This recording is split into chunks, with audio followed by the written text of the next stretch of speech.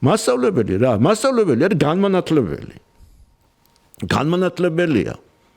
ზუსტად მარტო ის კი არ არის, ეხლა ვოლტერი ის მასწავლებელი სკოლაში მიდის, ბნელ ადამიანს რო ელაპარაკება, არაფერი არ სინათლეში აქვს მასში. და ამიტომ აი ჰუმანიტარების მნიშვნელობას აი როგორ ჰუმანიტარული მეცნიერება ის რა ადამიანში ადამიანური უნდა აჩვენოს. ჰუმანიტარულმა მეცნიერებმა აჩვენოს რა არის საზოგადოება.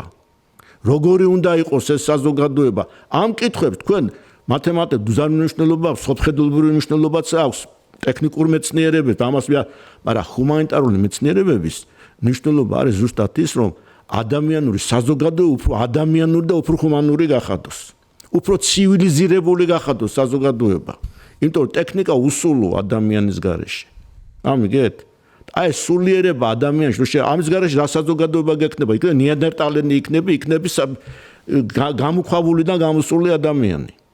ამას დანიშნულება აქვს, განათლება, ან მიცნერ, რასაც ჩვენ ლაპარაკობთ, ფილოლოგია, ისტორია, იქ სხვა დარგებია კიდე.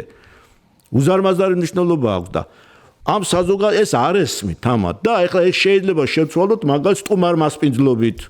ასეთი დარგი შემოვიდა.